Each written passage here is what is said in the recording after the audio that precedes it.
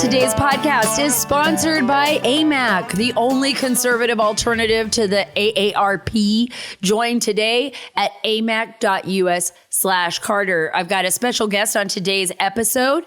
It is Stephen Hecht. He is a friend of mine. He lives in Guatemala. In fact, has been living there as an American expat since 1972. He is a columnist and a foreign policy expert. And boy, does he have a message for everyone regarding what's happening in Central America. You know, that's been a big focus of mine, telling you what is going on, telling you about how the Western Hemisphere, you know, here we are. We should be the envy of the world, but instead we've got China rolling up its, sleeves and strong arming people with their economic incentives and just building up what I would consider a battlefield arsenal in a way out here in the Western Hemisphere. We're going to talk to Stephen Hecht about that. Also, please follow and subscribe. Get all the links at saraacarter.com. And while you're there, please sign up for our email list so that you don't get shadow banned. Also, while you're there, please subscribe to my new documentary podcast series, Dark Wars: The Border. It's been getting rave reviews, and I know you'll love it as well. Visit our website at Dark Wars Pod. That's darkwarspod.com for the latest information. I'm going to start off with President Trump making the announcement that he is going to run for president and the kind of bizarro response that we've been getting from all angles. There's a lot of people out there that don't like him, but it's more than that. It's just more than that. It is a concerted effort from both Republican establishment as well as Democrats to stop him from running for office. That's what they want. Any American who supports him, any friend of his is targeted. Anytime he opens his mouth, he's hated. And of course, there are things that he says and you're just like, oh my gosh, I can't believe he said that. I can't believe he would, call Ron DeSantis de-sanctimonious or say Governor Glenn Youngkin is, sounds Chinese. Although Youngkin, I don't know, maybe. President Trump has a way of really making people mad. He does. But the response to him and to his announcement is actually something beyond normal. And why do I say that? I say that because we even see that happening with the New York Post. We see that happening with opinions at the Wall Street Journal. We see a concerted effort to say this man is not going to be president no matter what. It's an all-out war. It's an all-out war. And in fact, Mitch McConnell, others, Kevin McCarthy, others, they worked at that too. Mitch McConnell pulled money from people that he, didn't want to win, in my opinion. He didn't care. Everybody's just pocketing money off the American taxpayer. And guess what? They don't want it to change. This is the reason why, guys. They don't want it to change. They don't want anything to change. They want it just the same. They feel that they might have a chance with Ron DeSantis, right? Ron DeSantis is a phenomenal governor. He has done a phenomenal job. But he will also come up against what I call the Washington establishment and the people behind the Washington establishment, the big money donors, the people that make and break politicians. It's kind of like star making, right? You could take like a Marilyn Monroe, she was Norma Jean, and then you fix her up, you dress her up, you doll her up, and then you own her. That's what they do in Washington, D.C. This is how they operate. So they are the leftists and the establishment working diligently to figure out who is going to buy their bullshit, right? If you guys really think that they even really care about you, you are just living in la la land. The majority of lawmakers do not care about you. They almost had heart attacks last night when President Trump said that if he ran for office, he would find a way to remove all of their ability to lobby. Lawmakers won't be allowed to lobby after they leave office. that would be banned, I could just literally see lawmakers and, by the way, Pentagon generals and their revolving door just falling out of their chairs, just calling their friends. What are we going to do about this? This guy can't run. We gotta get him out. We got to figure this out. Everybody was at their typewriters, typing really fast, writing opinion columns. We're going to push that opinion piece out in the Wall Street Journal. Here, get someone else that worked for him to say something bad about him. This is not about what's best for America. I guarantee you that. I promise you that. I know that with my heart.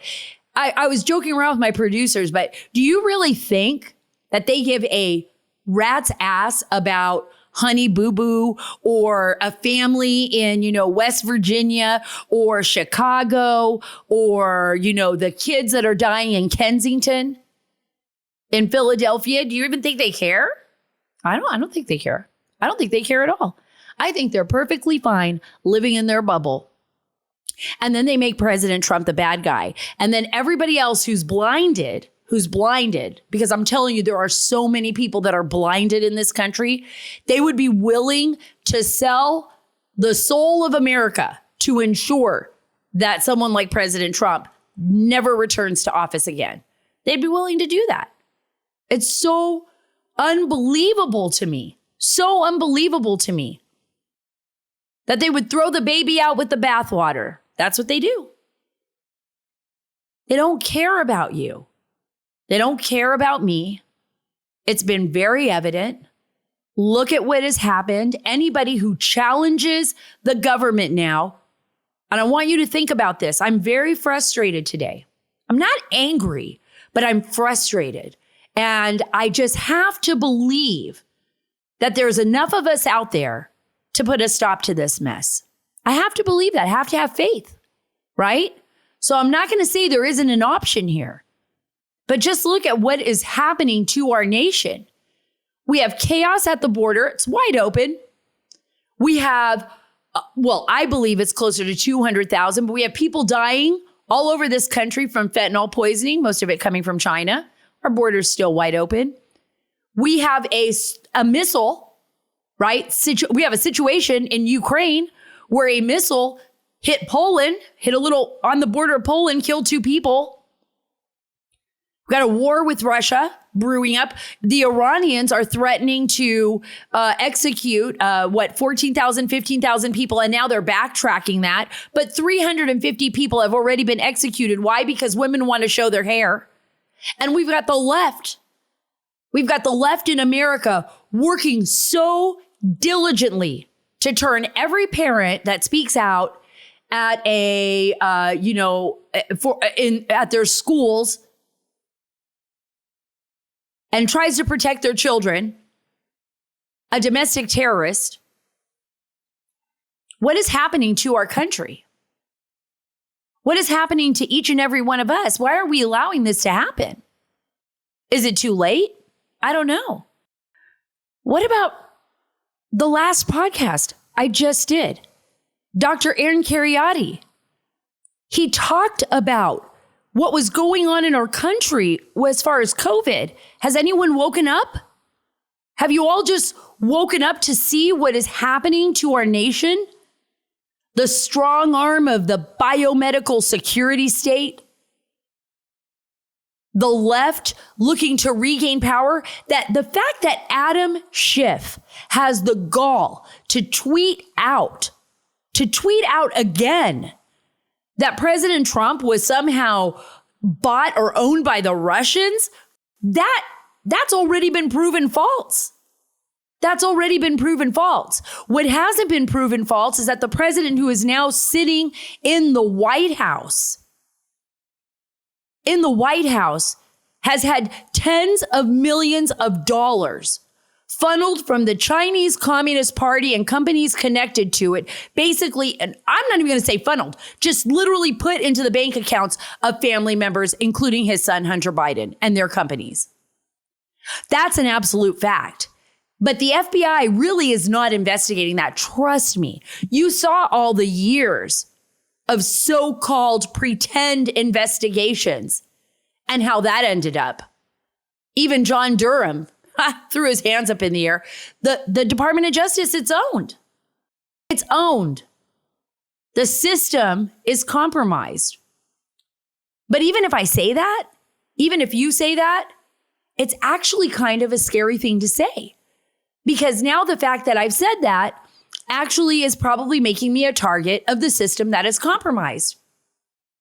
Because they don't want you to question anything. They don't want you to question COVID. They don't want you to ask questions about what's going on Capitol Hill. They don't want you to look into the wasteful spending all over Washington, D.C. I mean, literally black holes of money. We don't even know where it's going. There is no accountability for it. And not only that, the lawmakers that are supposed to be representing us, the generals in charge of the Pentagon that are supposed to be there to protect our nation are just there to put money in their pockets, and they do not care about you. They just don't care. And I know that you're like me. I was just like walking around the house last night, talking to my husband, on the phone with friends as well, who are saying, what do we do? How do we handle this? What direction is our nation going into? I know people that don't even want to vote anymore. That's horrible. I know people in the military and people that have retired from the military and fought for this nation that are just like, I don't even know. I don't know what to say. I wish I would have, I don't know. I wish I wouldn't have gone. Didn't matter anymore. It doesn't seem to matter to them. But we have to keep fighting. We have to believe that this will not last. We have to believe that the American people can stand up against this machine. How sick is it that we know it's a concerted effort? We can see what the newspapers are doing with these opinion pieces about Donald Trump. That's all they care about. They literally, every single person has Trump derangement syndrome. They're not telling you what they should do better for you. They're just telling you, you can't vote for him. You shouldn't vote for him. When somebody is that adamant about another person, I'm wondering why. You know, it's like your kid, when your kid goes crazy when did you have a beer? No, I didn't have a beer. I don't want to. Nobody has a beer. And they, lose their minds. It's usually because they had a beer.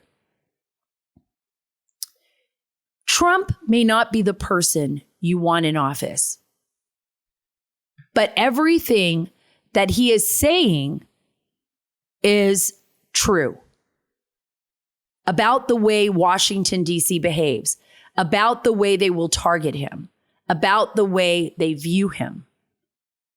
That is a fact. And that is something that every single one of us needs to pay attention to. It for a reason. They don't care about you. They do not care about you. I guarantee you that very few do. They care about themselves. So what is it that he is saying? And I want you to think about this. What is it that he is saying that has them so afraid that they'd be willing to compromise the entire system, the entire republic for it?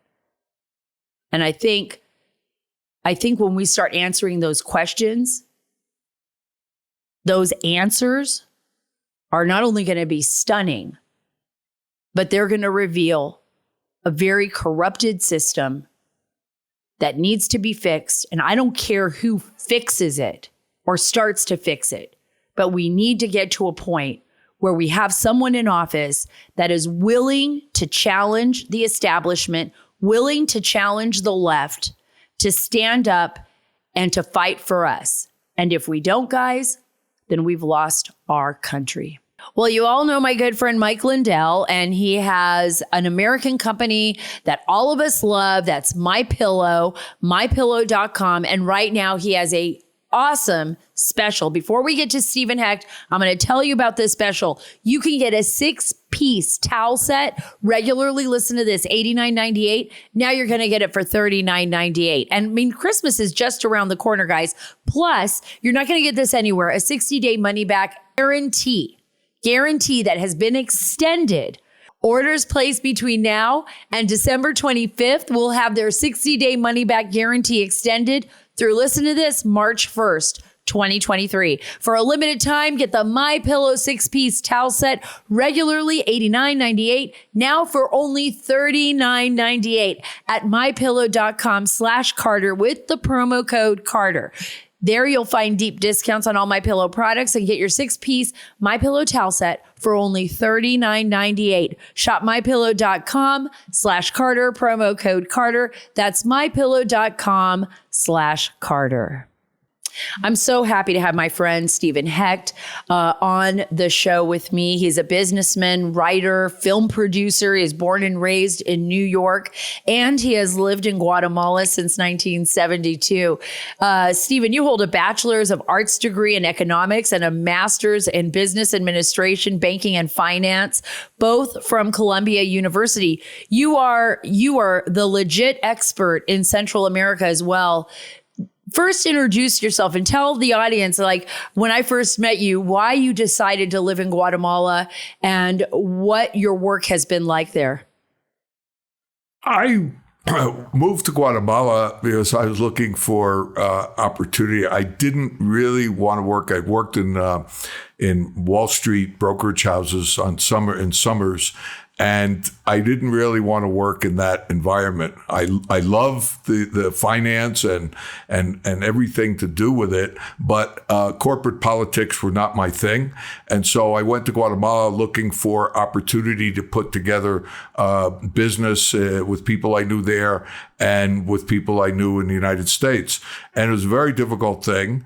And when I got to Guatemala, I didn't understand what underdeveloped countries were. Guatemala is a rich country that's poor because of its poor organization. And it took me many, many years to understand that dynamic. And it gave me a much greater appreciation for the United States, especially. And I think the most important thing for us now is our exceptionalism, because our rights come from God, whereas every place else they come from government. And that's a big distinction. Well, I got a much better appreciation for the United States living in Guatemala, but Guatemala is a special country, has a lot to offer. And I believe that it has a lot to offer the United States because what I discovered, I did business. For 40 years, I was just involved in business, except I was involved in some development programs. I knew some people that had some interesting programs. And it's a small country, so you always know people involved in politics and government. And in 2011, more or less, when I started to see the United States doing in Guatemala, the Obama-Biden administration upset me greatly. And let's talk about that, because this is the reason why you and I became connected. We have mutual friends in Guatemala, people that work in the government, but this goes all the way back to the Obama administration, Secretary of State Hillary Clinton. What we have seen, the involvement of the United States leftists in Central America since Obama. Tell people what stunned you about their involvement there. That they were backing criminals. And in 2012, I saw what was really unbelievable to me. The United States, Hillary Clinton had personally intervened to install an attorney general in Guatemala, Claudia Paz. And I saw so much criminality on her behalf, and we had evidence. And an American friend and I went to see the U.S. ambassador at that time. And the ground rules were we couldn't say anything about what he said to us, which was easy because he didn't say anything. We were there to brief him on this criminality that I just mentioned, and we did. And that attorney general signed two instructions to her prosecutors that both of those documents by themselves, each one constituted a crime. And we explained that to him. And then there was another situation that was much more complicated, but essentially they were backing guerrilla successor groups. There was a group known as the CUC, Comité Unido de Campesinos, United Peasants Committee, more or less translated. And they had been created by the guerrilla army of the poor during Guatemala's internal armed conflict backed by Fidel Castro. And that group had invaded a hydroelectric plant and committed multiple crimes in the process of destroying that. And the attorney general protected them. And there was a prosecutor who didn't go along with that. And she denounced all of this criminality. And eventually she was persecuted. The CUC tried to assassinate her. And the attorney general that Hillary Clinton had appointed through abuse of U.S. power, protected the CUC. And we explained all this to the U.S. ambassador. So he knew perfectly well about her criminality and the two documents. Well, that's really simple. All you need is the two documents and you know she committed crimes. Well, then after that, he completely supported her. And in 2014, when Hillary Clinton, as a private citizen, called the president of Guatemala to push for Pasi Pasa's reappointment, then, which was an outrage by itself, she didn't make it. She wasn't reappointed because of all of these crimes. But the U.S. ambassador went public in a video with the U.S. flag and the embassy seal and said that it was an honor to work with such an honest public servant. I said, wait a minute, what's happening here? In other words, I know that they know that they're supporting a criminal and yet they're still supporting the criminal. And that got me into public writing, which I hadn't done before. So I started to write about it. I felt compelled to tell my fellow Americans what our government was doing in Guatemala. And that's how I got on the path that led us to being here together today. Right. And this is so important for everyone out there that's listening to Stephen right now. I want you to understand that this affects every single one of us. This isn't just about a situation that is happening in Guatemala that has nothing to do with America.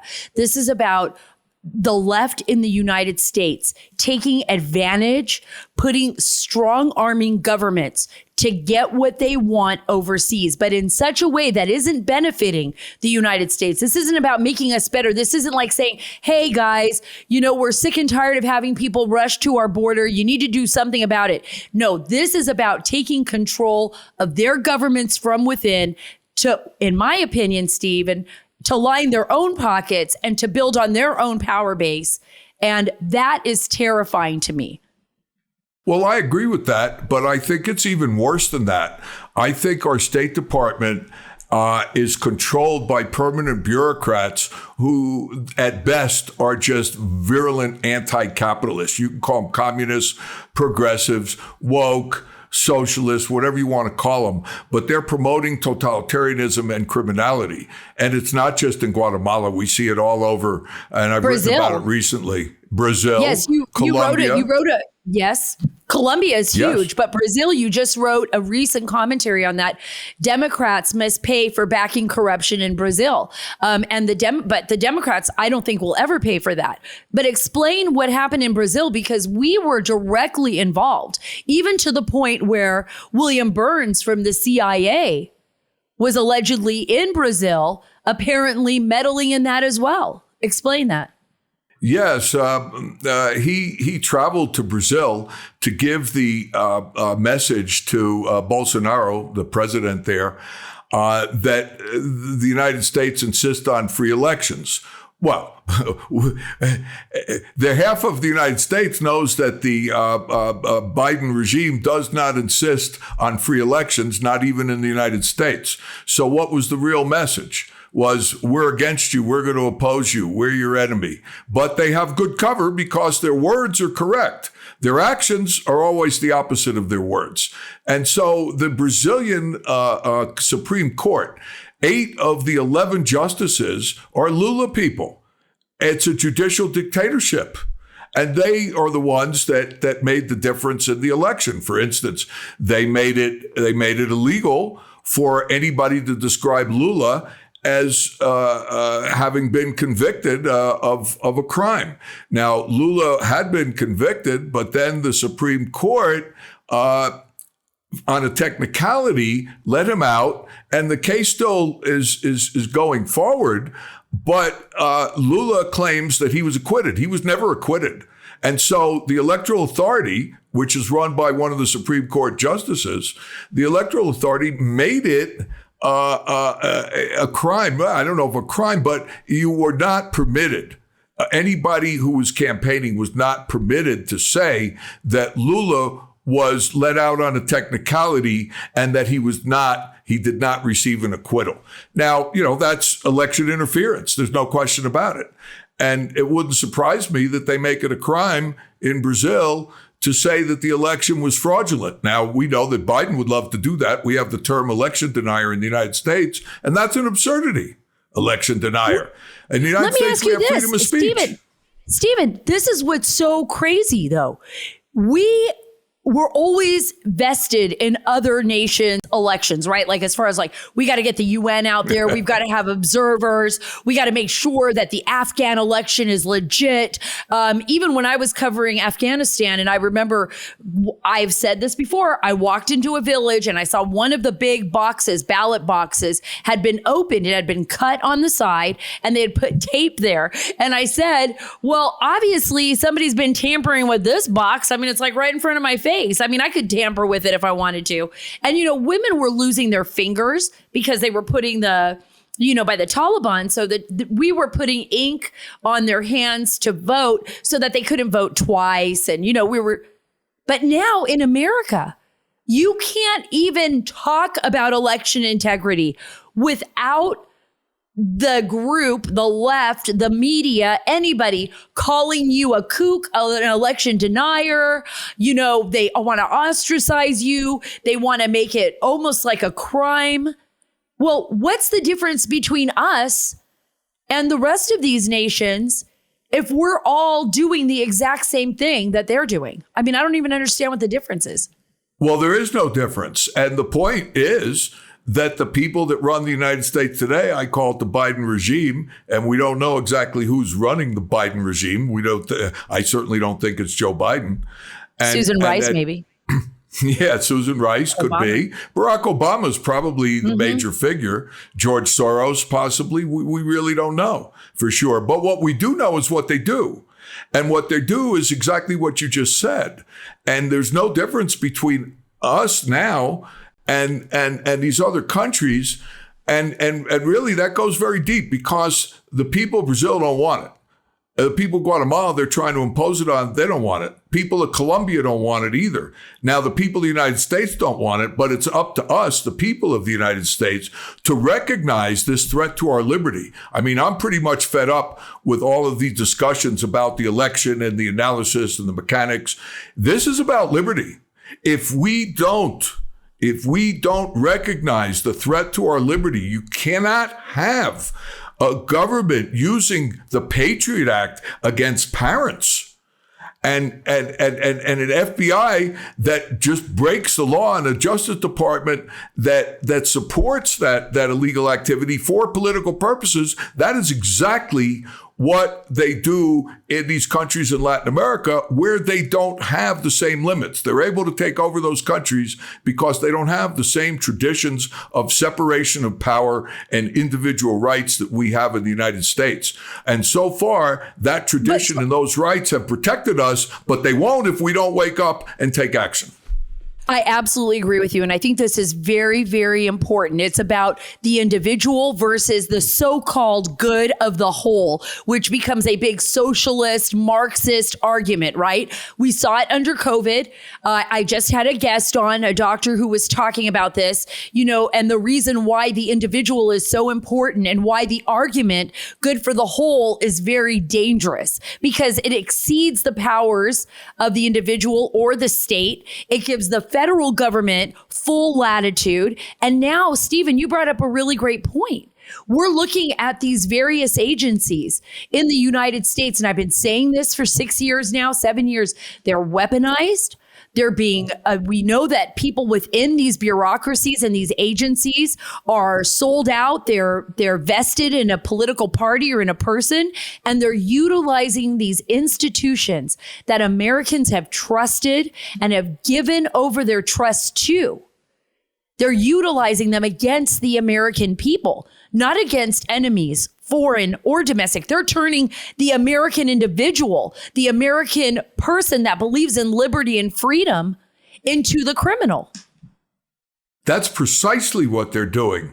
And they've done it, and they're doing it around the world, but they're doing it to us in the United States. Now, in Cuba, for instance, the state is mother, father, and teacher. The state is everything. That's collectivism. Right. Individuals don't exist as individuals. They exist to serve the state. And they can be sacrificed whenever the state decides that they need to be. And who is the state? In Cuba, it's one person, or it was one person. I don't know how many there are now, but there are not many of them. And in the United States, we can see that's what they want. I mean, Terry McAuliffe, when he said in that gubernatorial race last year that parents should have no rights in the selecting the curriculum that their children are taught in school, well, that's communism. Right. Exactly. But there are so many Americans that have bought into this now. And I fear that the reason why so many Americans have bought into this idea of the collective is because they have been brainwashed in our school systems. And that is, I'm talking about the public school system. I'm talking about the universities. You're a learned man. You have multiple degrees in economics. You studied, for crying out loud, in Columbia University. That's New York, right? I mean, you are an open-minded human being. So am I.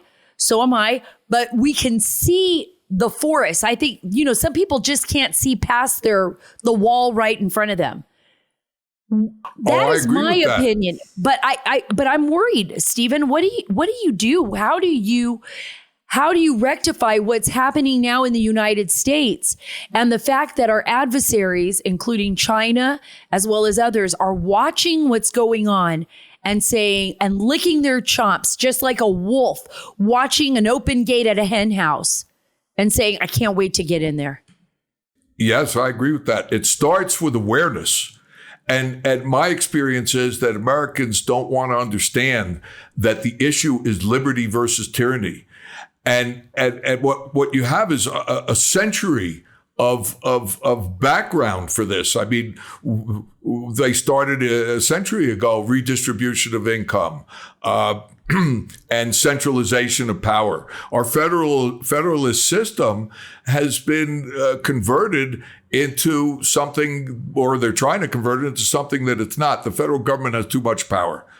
And this leads to this centralization is ripe for totalitarianism. That's one of the problems that we have. But in terms of our politics right now, if you look at the election of last Tuesday, last week, that is, Florida is a beacon. That's where we go to learn, because the issue was freedom. And not enough of our people, when I say our, I mean Americans.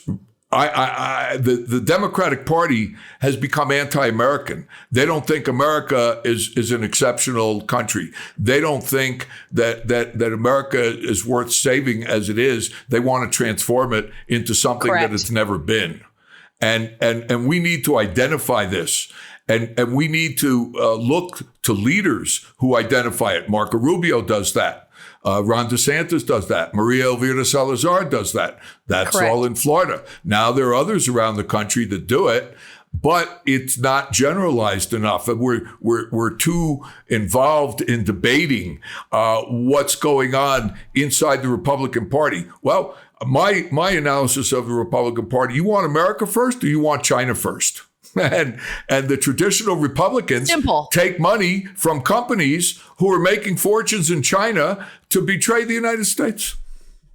That's absolutely true. I just talked about that in my opening monologue, just the frustration. Look, it doesn't even have anything to do with President Trump, but the vitriol that people have for him. Okay, you can not like someone. You could say, I don't want to vote for that person. It doesn't really appeal to me, but the vitriol they have for him is more than normal. It's like from the establishment and it's from the left. And anytime he says something, I say, like last night when he said, I'm just going to make it impossible. We're just going to make it illegal for any lawmaker to work as a lobbyist afterwards. I could just hear the lawmakers cringing and crying and falling out of their seats and saying, this son of a bitch is never going to run for office. They were on the phone, making phone calls, telling everybody to get your pencils and papers out. Let's write op-eds. Let's take this man down. We're going to show him who's boss. I could feel that. Because I lived in Washington, D.C. for a long time, and I know how they operate. Am I wrong? No, I agree completely. I had the same feeling when I was watching it. And and I think that one of the things that we need to identify is the Marxist strategy of polarization. And what they do is demonize their opponents so that they kill the messenger and nobody's interested in hearing the message. Oh, that's an extremist. Don't pay any attention to what that extremist says. And this is by design. And so Trump was a real threat to them. But Trump personally is not the threat. It's Trump's policies that are the threat.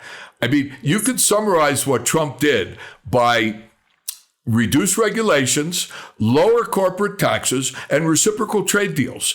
That brought investment and work back to the United States. Obama in 2016 said, what does he think he has, a magic wand? No, Obama's a globalist. Globalists want the work to go to China. They want to take it away from American workers. And then they're going to subsidize those American workers through the government, make them dependent. And then we lose our freedom. And our corporate structure, these people are blind. They don't understand where that leads. They're too greedy and they're too short-sighted, because if they look at history, they too will be crushed if the people they're supporting actually gain enough power. And we're seeing that. We're slowly watching that happen even today. And I've seen the State Department and government officials do the same thing in Guatemala to President Giammattei. I was interviewing him, talking to him this summer about what was happening in Guatemala. And I'm going to get your opinion on that. You're there all the time. You can see what's going on. But, he said they are they're trying to ostracize me and turn me into this like villain, when all I am asking is let's have a conversation that builds up both of our nations. Hold your promise. Don't turn on me. But that's what the State Department on the left now is doing. They're turning on our allies in Central America, those that believe in freedom, democracy, or have any conservative values. I'm not saying it's perfect, because we are certainly not perfect. But they're turning on them and then propping up people like the so-called president of Colombia, who, doesn't believe in eradicating cocaine anymore, or Lula in Brazil, or, what's happening right now across the board in Nicaragua and Honduras. So what we've seen happen in Chile, right? What we've seen happen across South America. Is that frightening to you? Because I've seen China moving in right now. I see China. I see Russia. It's like they're in our backyard. They're just hanging out with us, waiting. Of course, it's a globalist movement. Actually, Russia's kind of cut out of it. They're the victim of it. Not to defend Russia, because no, but true. Venezuela, very, very little. They only had one military I guess it was a. What was it? A program kind of like with the Venezuelans for a little bit this summer, and then they were out, right? Yeah. See, the globalists want want to control everything. And it's collectivist, socialist, whatever you like to call it, but it's the opposite of liberty.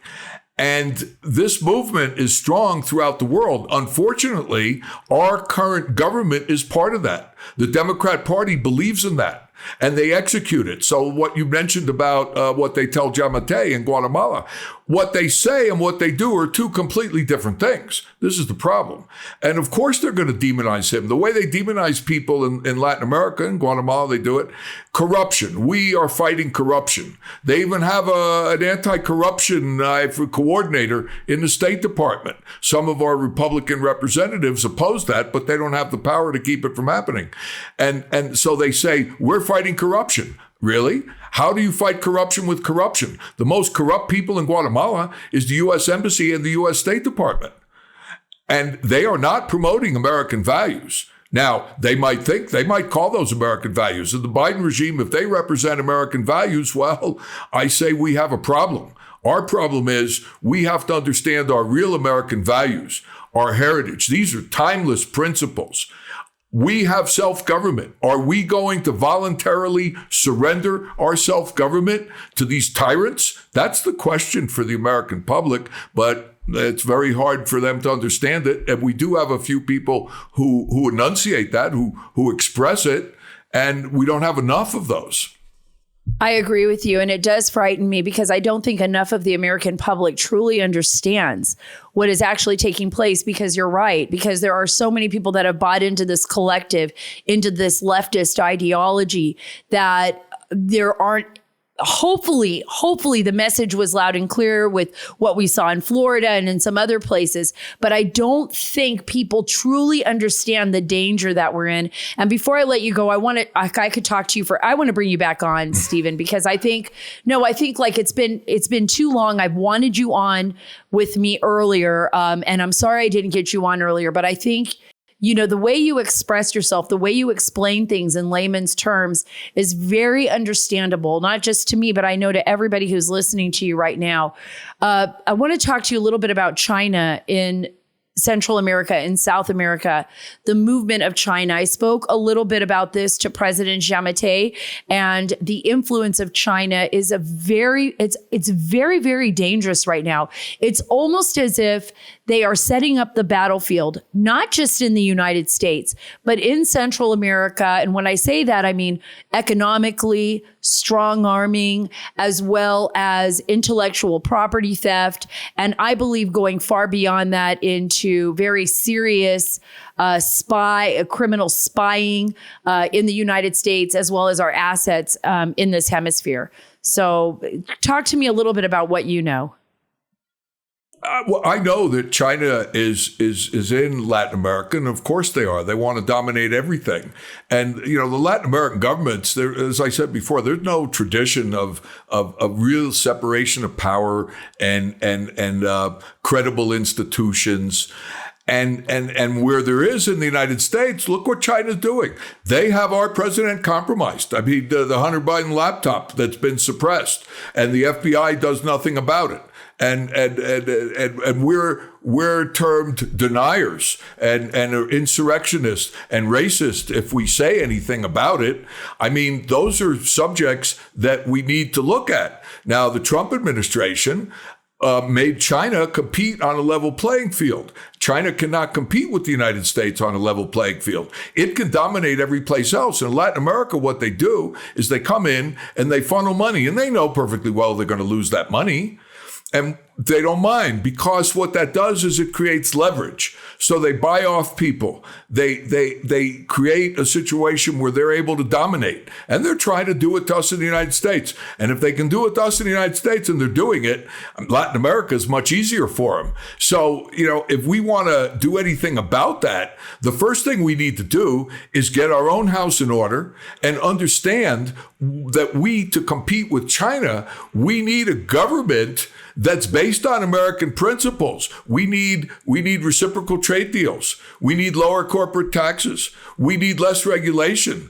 we need to have a strong American economy, and we have to cut out limit the Chinese espionage, limit their stealing of intellectual property, and we need to make them compete on that level playing field. And if we do, the Chinese Communist Party cannot survive because it doesn't create, it has to steal. And so it's trying to dominate the entire world, and we're the key, the United States, and we just simply can't let it happen. Well, we can't let it happen, but we are. And that's, I think, the part that is most concerning to most people. What we've seen happening in the last few years has been unheard of. And I feel, and I'm going to leave this maybe as last question and let you close it out, but I feel like we have failed in our foreign policy with our neighbors in the Western Hemisphere. I feel that we have our focus for many, many administrations, many decades, has been way off when it comes to dealing with our neighbors and our partners in this hemisphere. Instead of building a stronger hemisphere that's the envy of the rest of the world, we have allowed that to slip from our grasp. And I think in some cases purposefully, because I think there's corruption here and people are pocketing a lot of money from what is happening with our neighbors. What do we need to do if we get someone back in office? And I pray that in 2024, whoever that is certainly, I pray it's not Biden, but it's somebody that will lift our nation up and out of whatever shambles Biden has brought us into. What do we need to do to build those relationships and make our nation and this hemisphere stronger? First, we need to get our own house in order. Now, I don't think we need to wait till 2024. I think we have the situation right now. We will have on January 3rd, a House of Representatives controlled by Republicans. Now, the State Department in Guatemala, in the beginning of this year, exposed itself as totally interventionist and protecting criminals in Guatemala. And that drew the attention of Congress. And several representatives and senators asked questions of the Secretary of State, the White House, and the State Department in general. And the State Department never answered those questions, because if they do, they committed a crime. If they lie, they'll commit a crime. And if they tell the truth, they'll expose themselves and guarantee more attention. So their hope is that nobody pays attention. Now, if the new Congress decides to press for the answers on those questions and investigates the topics that they were asking about, then that give me one of them. Give me one of those topics. Give me one of those topics so everybody knows. One of those topics would be that there was a document that purportedly came from the State Department and explained how to keep Guatemala's Prosecutor General Consuelo Porras from being reappointed. Now, Representative Chris Smith, Republican from New Jersey, on April 28th, asked Secretary of State Antony Blinken, they said, that document, this is on tape, of course, was in a hearing, that document, there's a document circulating on social media that purports to be a State Department document. Can you confirm its authenticity or not? And Chris Smith said he hoped it's not authentic. Well, I just about guarantee you that it is authentic, and it would be very damning of the State Department. And so that's an example of something that is already on record that the State Department hasn't answered, and the new Congress has to insist, okay, we want to know. Is that an authentic document or not? And we're going to investigate and assure ourselves that it either is or it isn't. And if they do that and they discover that it is, and of course they can ask about all kinds of other things. There are many, many, many things along the same lines, but that's the easiest one.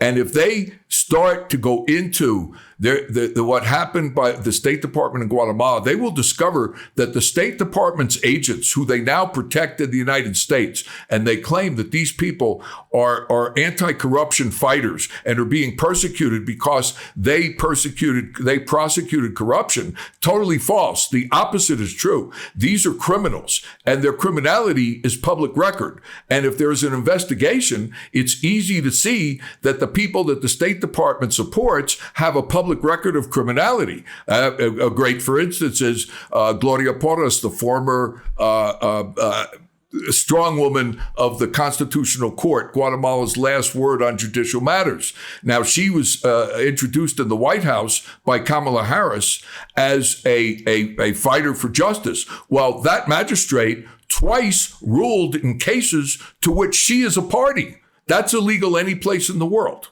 And so if that's a public record. So all you have to do is go to the public record, and you can show that the State Department and even the White House is supporting a criminal.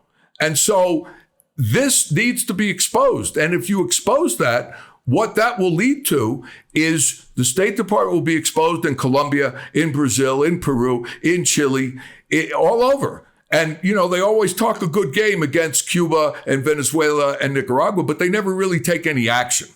And so the State Department domino effect. It's a domino effect. Exactly. It's a domino effect, but people are taking advantage of that, Stephen. People are taking advantage of our system. They're taking advantage of the corruption. They're making it work for them for their own benefit, I believe. And that's why I'm going to bring you back on. I'm going to bring you back on to talk about the nonprofits that are operating in Central America. I know you are very familiar with a lot of them and what's going on in there as well. And I want to bring you back on to talk about this like extenuating corruption that's coming from our State Department, guys, our own government. And it is threatening every single person in the United States. When you see this kind of failure in the Western Hemisphere, believe me, it affects every single one of us. And they are lying to you. I believe our lawmakers are lying to you. I could not agree with you more, Sara, and I'd be very happy. I'm really happy that you invited me on. You know, we've talked before, and I'm happy that I'm here, and I'm happy I'm able to help our fellow citizens understand these issues. And I'd be pleased to come back. And you're absolutely right. We are funneling money into the enemies of freedom throughout Latin America. As a matter of fact, the Heritage Foundation wrote an excellent report on that. And it said this is the first time that Marxism is explicitly part of U.S. foreign policy. And that's an organization with a lot of credibility. And I believe that it's a subject that we need to go into more. President Giammattei, as you mentioned, he accused the U.S. Embassy USAID of trying to overthrow his government, and they fund organizations that block roads in Guatemala. And so, yes, this needs public exposure, without a doubt, and I'm happy to come on and talk to you anytime you want about it. Oh, thanks so much, Stephen. I'll bring you back. Everyone, that's Stephen Hecht. Please look for his writings. He's a columnist. He writes frequently on the subject, and it's fascinating to me because he is willing to challenge our own government as well as those outside of it, but willing to challenge what is happening. And there are very few people in the world that are willing to do what Stephen Hecht has done. Thank you so much. Was very grateful to have Stephen Hecht on the show. And I'm sure that he just opened your eyes like he did mine to what was happening with our government in Central America and how we were mingling and interfering again, especially since the Obama administration and pushing a leftist agenda in the Western Hemisphere. That is something we all got to pay attention to. There's also something else that we really, really need to be paying attention to. And I'm sure it's buried by all the news that we're seeing, political news, but is that the White House right now, the Biden administration will not say how it spent $1 billion, let's begin with $1 billion in Taliban controlled Afghanistan. It won't tell us how they spent the money.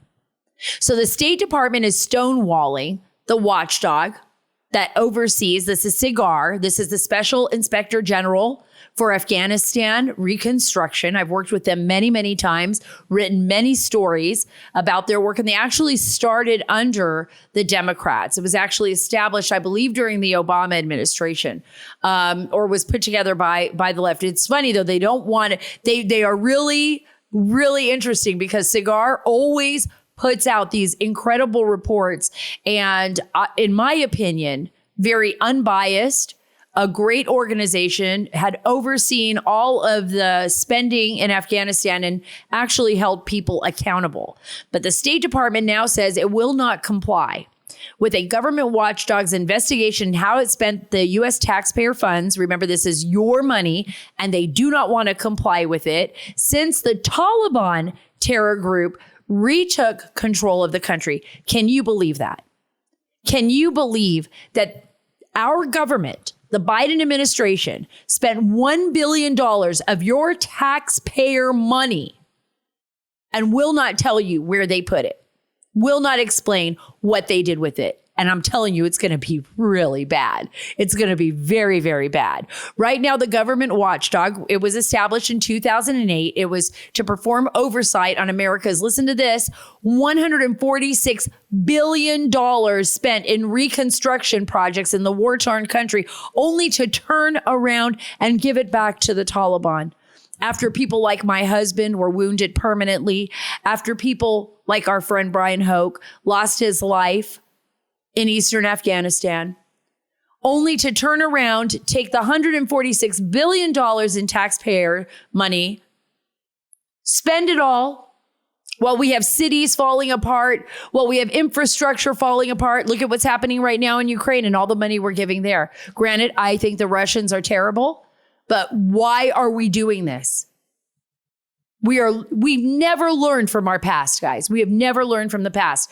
The United States Agency for International Development, USAID, which allocates American aid, and the Treasury Department refused to cooperate with SIGAR in any capacity, while the State Department was selective in the information it provided pursuant to SIGAR's audit and quarterly data requests.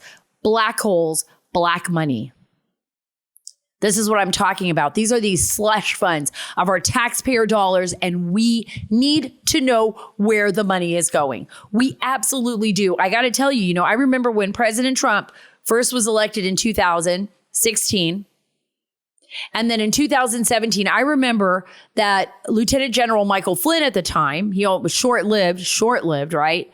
As his national security advisor, was saying, I want to know where all this money is going. And he knew where to find it, where the Department of Defense and the State Department are dumping our billions of dollars into this black hole slush fund. As soon as he started talking about that, oh gosh, the knives came out. It was vicious, vicious. But we all saw what happened to Lieutenant General Michael Flynn.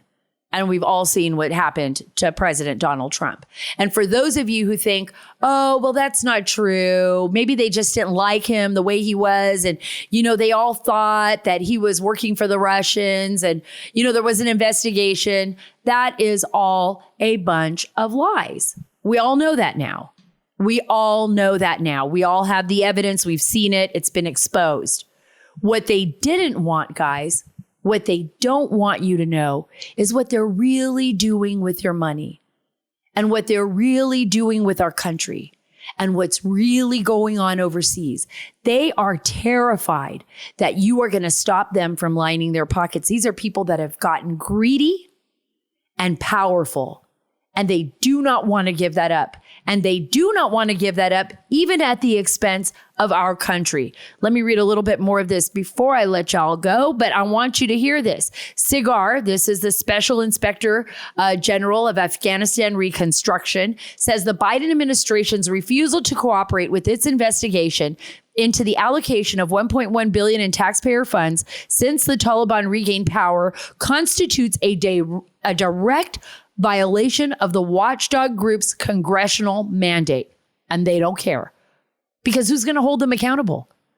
Who's going to hold the government accountable if they don't give SIGAR the information? Who? Congress? I hope so. I hope that our congressional members, now that the House is back in the control of the Republicans, will say, no way, no how, we're going to hold an investigation. But even when we hold investigations, right? How many investigations have we held? Right? Who's going to pay the price? If the Department of Justice is in the pocket and they're all covering up for each other, covering up for the Biden administration, if the CIA run by, Burns now is in the pocket, if our FBI is being weaponized to be used against the American people and political enemies, then how do we ever get justice and get to the truth? I'm telling you, it has to be up to our lawmakers, and they just got to expose all these criminals. The standoff is the latest controversy surrounding the Biden administration's botched 2021 evacuation from Afghanistan, which left 13 Americans dead. And by the way, hundreds more Americans, because there were a lot of people, the 13 Marines, including the people that were on the ground, the Afghans, many of which had their paperwork ready to go to the United States. They were American citizens among them that died when Abbey Gate was literally ripped apart by a suicide bomber, by the way, which was allowed to go in. He was allowed to go in because the Taliban was in charge of Kabul, because our Biden administration made sure of it. The administration also has stonewalled congressional investigations into the matter, including probes into its decision to abandon around $7 billion worth of advanced military equipment inside Afghanistan. I would suggest that number is far higher and far greater. We really need to start paying attention, guys. Don't be fooled. Don't let the left demonize people that are asking the right questions. Just tell them to shut up. Turn them off when they're talking to you the way that they do everyone else. Speak out. Be willing to defend freedom and liberty. Be willing to defend our nation.